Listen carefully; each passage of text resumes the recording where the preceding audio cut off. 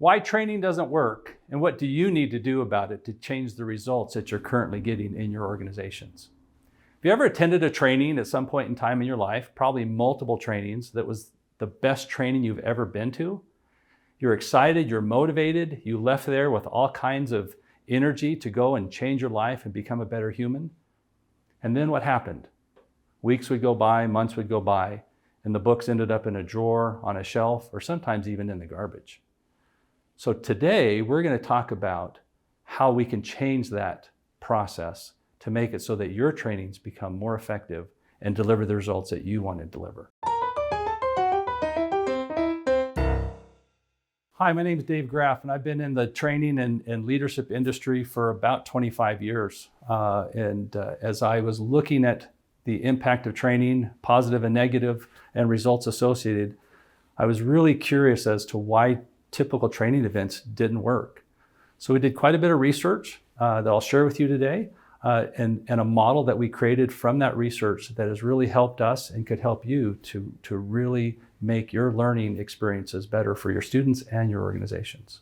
So the problem that we're faced today is identified by the Training Magazine's 2020 Training Industry Report, where they say that companies spend an industry average over $1,000 a year per employee. That actually equates to a cost of over $80 billion in the US alone. That's a staggering number that we are all involved in, where we know that training in and of itself really isn't making a difference, isn't really changing the things that we want to change. How do we ensure that we can recoup the return on investment for the training dollars that we are spending on the humans in our organization? So to do that, we need to change our mindset to move from training events to a training process, by which it's through the training process that we can drive the results that we're wanting to achieve. So to understand this model, we need to understand first what traditional training and the impact that that has compared to the new model that we're going to recommend that you consider to really, really be powerful in the training that you provide to the humans in your organization. So on the first slide here, there's a question that's posed of how do we learn? How do we as humans learn? And a lot of research has been done around this idea and this concept. And so what I'm going to share with you today is some of those principles that we've learned through the research that we've tapped into. So to begin with, the first slide we're going to talk about talks about the impact of traditional training. And you can see on the slide that individuals come to those training events or learning interventions with a level of knowledge and their current level of behavior. As they move through this, we begin to see as they attend the session that their knowledge goes up, but during the session, the behaviors, they might practice a few things, but the behavior doesn't really change. And then as you then go through later and as time passes by, what we realize is the knowledge that we gained gets lost, gets disseminated, doesn't really get implemented, and very little behavior actually changes. That's the impact that training events currently are having because they're set up as a one-dimensional event. What you see on the bottom of that, though, is that we need to be aware of that there's actually three key components to understanding how people learn and how humans learn.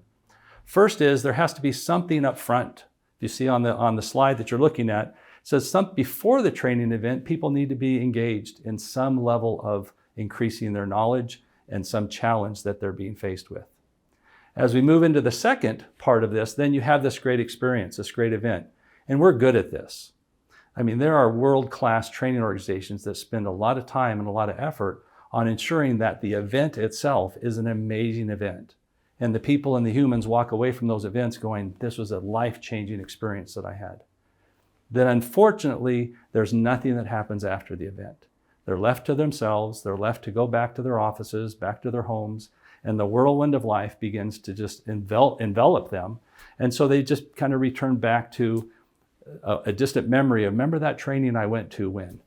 And I just kind of settle back into my normal life. So that's the impact that traditional training in this first slide that we're talking about really has, and the research around that. If you really want to increase the impact now we introduce this concept of the 4E learning model. It's actually a process by which we have found that if instituted, really engages the learner, and more importantly, engages the change in human behavior that drives the results that we're trying to achieve. So how does the model start off with? Well, we start off with the same at the beginning. The individual arrives with a level of learning and behavior. So they've already started the learning because of what we've done prior to them coming to the event. And now they're excited to learn more and to gain a deeper understanding. They attend the same great learning experience and they have that experience and they practice and they learn and they grow. And then as they move through this model, as you can see on the slide, we move into the ability to execute. How do we hold them accountable? How do we help them to lay hold of those things that they wanted to change? So that as an organization, you can see that the model doesn't tail off like in the traditional approach, but yet the individuals and the behaviors begin to change and improve so that you can actually begin to see a return on your investment.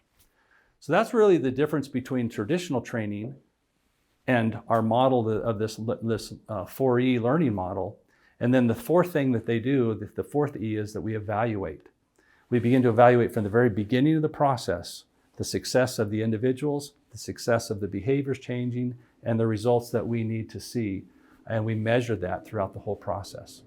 So this 4E learning process is critical in making sure that you as a leader or you as an organization can begin to achieve some of the return on the investment that we talked about at the beginning of the video. So just to recap, the 4E process, which is made up of first, exciting the learner, second, providing a great experience, third, figuring out how to engage the leader following the training or execute the learning that took place, and fourth, being able to measure the impact of that and evaluate the impact of that process throughout the entire process. So the data that we gathered about this 4E learning model really shared with us some surprising statistics. And that is that as we look at those three key components of the event, the excite event, the experience event, and the execute event, what we found is that about 25% of the success an individual will achieve happens if they're engaged prior to the experience. Second, the experience itself only counts for about 25% of the change that's required. 50% of the change needed and required from humans happens after the event takes place, through what do you do and through the experiences they have following the event. So if we look at that, imagine 25% prior to the event, 25% is all we get at the event, 50% happening after the event takes place. So imagine typical training events where you just go and attend a 1-day, 2-day, 3-day training and you leave. You have a 25% chance of success, where the 4E learning process will help you to understand and capture 100% of the success possible in those training events. So the last slide I want to share with you, and I'm going to read you the power of that 50%, like what happens in that 50% or what should happen in that 50%. And here's what we found. Corporate learning requires accountability from the learner, effective use of skills, and it requires accountability from the learning provider, return on investment. The best road to attainment of these two requirements is personal coaching. That is what we found. The ability the individual has to be assigned and work with a personal coach, a mentor, somebody that can hold them accountable to the behaviors that they wanted to change, that they learned about in that learning intervention. So if you really want to get a return on your investment, what we've learned in this process is that you need to have coaches and mentors that are helping the individuals that have gone through those training and learning interventions. And that way you can pretty much guarantee you're gonna obtain a return on your investment. So what is a learning intervention anyway? A lot of people hear that word and they kind of cringe and they go, intervention? I don't know what that is. I know what I think it is. Reality is that as we're looking at our organizations and the results that we're getting, we have people that aren't behaving in ways that they need to behave. And so we use the word intervention in the sense that a learning intervention is nothing more than a training that we've focused on the behaviors that we need our folks to be able to do. So that's why we call it a learning intervention as compared to just a training. Thanks so much for watching and helping us put the human back into humanity.